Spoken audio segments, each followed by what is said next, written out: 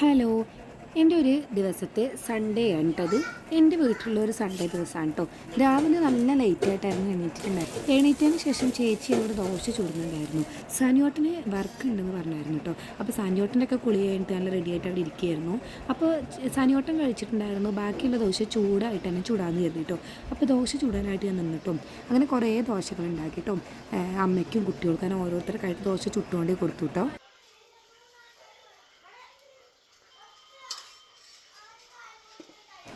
ഞാൻ എൻ്റെ വീട്ടിൽ അങ്ങനെ വലിയ പണിയൊന്നും എടുക്കാറില്ല കേട്ടോ.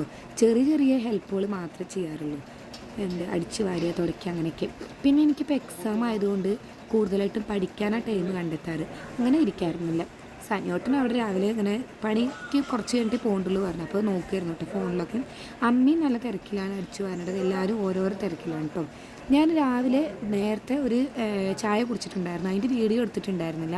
അപ്പോൾ നല്ലൊരു ചൂട് വെള്ളം കുടിക്കാൻ കരുതി കേട്ടോ. ചൂട് വെള്ളം കുടിക്കുമ്പോൾ നമുക്കറിയാമല്ലോ, തൊണ്ടയ്ക്കൊക്കെ നല്ലൊരു സുഖമാണ്.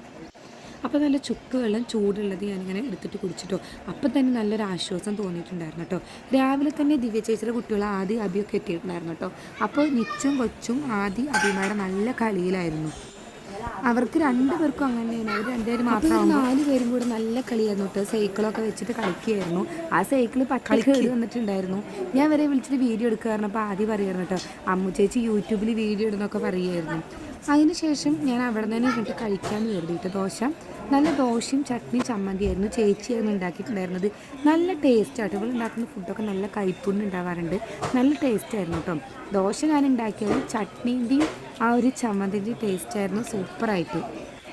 അങ്ങനെ ഞാൻ ദോശ ഉണ്ടാക്കുകയും അതിൻ്റെ ഒപ്പം തന്നെ കഴിക്കുകയും ചെയ്തിട്ടുണ്ടായിരുന്നു. അതിൻ്റെ ഇടയ്ക്ക് കുട്ടികൾക്ക് കൊടുത്തു, അമ്മയ്ക്ക് കൊടുത്തു, അച്ഛമ്മയ്ക്ക് കൊടുത്തു. ചേച്ചി കഴിച്ചിട്ടുണ്ടായിരുന്നു.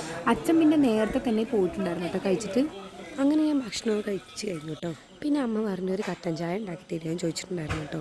അപ്പോൾ അമ്മയ്ക്ക് മാത്രം ഒരു കട്ടൻ ചായ ഉണ്ടാക്കിയിട്ടുണ്ടായിരുന്നു കേട്ടോ, സിമ്പിളായിട്ട്. ഞാനങ്ങനെ ചായ ഒന്നും കുടിക്കാറില്ല. ഇടയ്ക്ക് ചായ ഒന്നും അത്ര ഇഷ്ടമല്ല. ഇടയ്ക്ക് ഓരോന്ന് കുടിക്കും അങ്ങനെ കേട്ടോ.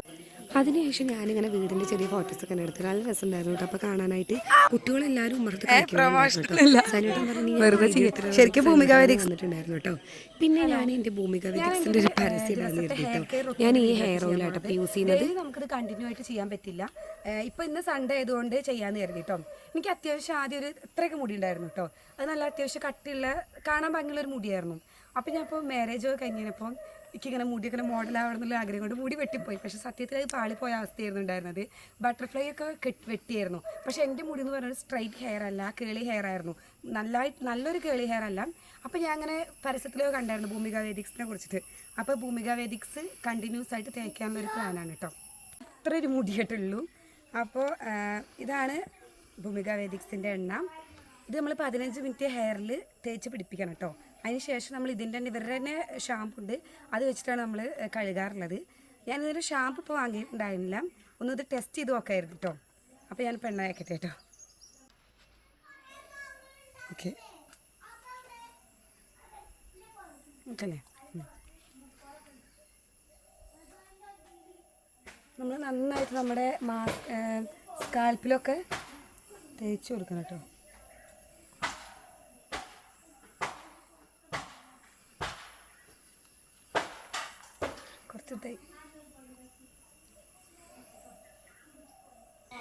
എണ്ണ തേച്ച് കഴിഞ്ഞിട്ട് 15 മിനിറ്റ് നമ്മൾ വെക്കണം കേട്ടോ പറയാറുള്ളത്.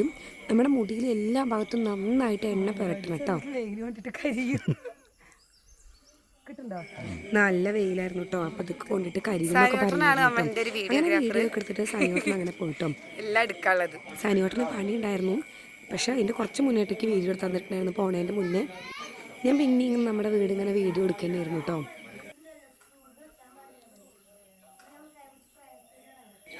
പിന്നെ ടൈമുള്ള അവസ്ഥയ്ക്ക് നമുക്കിന്നൊരു ചെമ്പരത്തി താളി വയ്ക്കാമെന്ന് വിചാരിച്ചിട്ട് റെസ്റ്റ് ചെയ്യാൻ വെച്ചിട്ട് കേട്ടോ.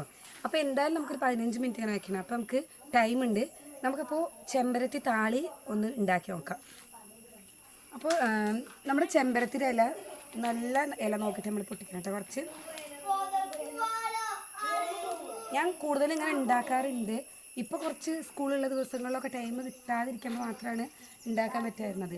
ആദ്യം ഫുൾ ടൈം എന്ന് വെച്ച് കഴിഞ്ഞാൽ താളിയും ഈ വെള്ളിലത്താളിയും ചെമ്പരത്തിത്താളിയും അങ്ങനെയൊക്കെ നന്നായിട്ട് ഹെയറൊക്കെ കെയർ ചെയ്തൊരു സമയം ഉണ്ടായിരുന്നു. ഇപ്പോൾ പറ്റാത്തതുകൊണ്ടാണ്. അപ്പോൾ ഇനി നമുക്കതൊന്ന് സ്റ്റാർട്ട് ചെയ്യാമെന്ന് കരുതിയിട്ടായിരുന്നു കേട്ടോ. ഒരു ചലഞ്ച് പോലെ എടുക്കാച്ചിട്ടായിരുന്നു. ഓക്കെ, ഇത് നമുക്ക് ഈ പൂവിൻ്റെ ഇതിൻ്റെ ഒപ്പം തന്നെ ഇതിൻ്റെ മൊത്തം പൂവും ഒക്കെ നല്ലതാണ് കേട്ടോ. നല്ല കൊഴുപ്പോടെ കിട്ടും നമുക്ക് താളി. പിന്നെ നമുക്ക് തുളസിയില്ലേ, തുളസീൻ്റെ ഇലയും അതിക്ക് നല്ലതാണ്. കുറച്ച് തുളസിയുടെ ഇലയും കൂടി കുറച്ച് മതി അത് ചേർത്ത് കഴിഞ്ഞാൽ നല്ലതാണ്. അപ്പോൾ ഇത്രയും സംഭവങ്ങൾ കൂട്ടിയിട്ട് നമ്മൾ മിക്സിയിലൊക്കെ അരച്ചിട്ട് നല്ല പേസ്റ്റ് പോലെ ആക്കിയിട്ട് നമ്മളത് തലയിൽ പുരട്ടുകയാണ് ചെയ്യാറ്.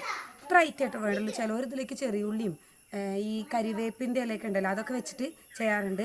ഞാൻ ഇത്ര ഐറ്റം മാത്രം വെച്ചിട്ടാണ് ഇപ്പോൾ താളി ഉണ്ടാക്കാൻ പോണത്. ഓക്കെ,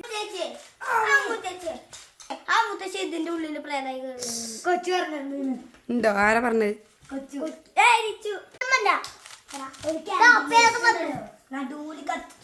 കളിക്കണേ ഇതന്നെ അറിയുള്ളൂ അല്ലേ?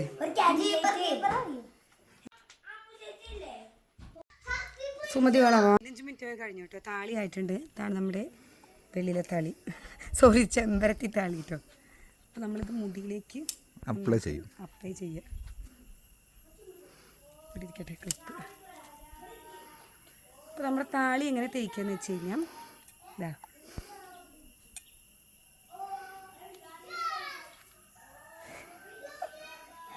നമ്മൾ നന്നായിട്ട് ഓരോരോ ഭാഗം ഇങ്ങനെ എടുക്കണം കേട്ടോ. നമ്മൾ മുടിയിൽ ഇങ്ങനെ എടുത്തിട്ട് വേണം തേച്ച് കൊടുക്കാനായിട്ട്.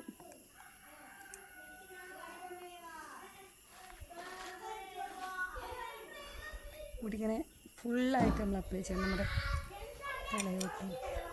ഇതിലെന്തായാലും വോയിസ് കൊടുക്കേണ്ടി വരും.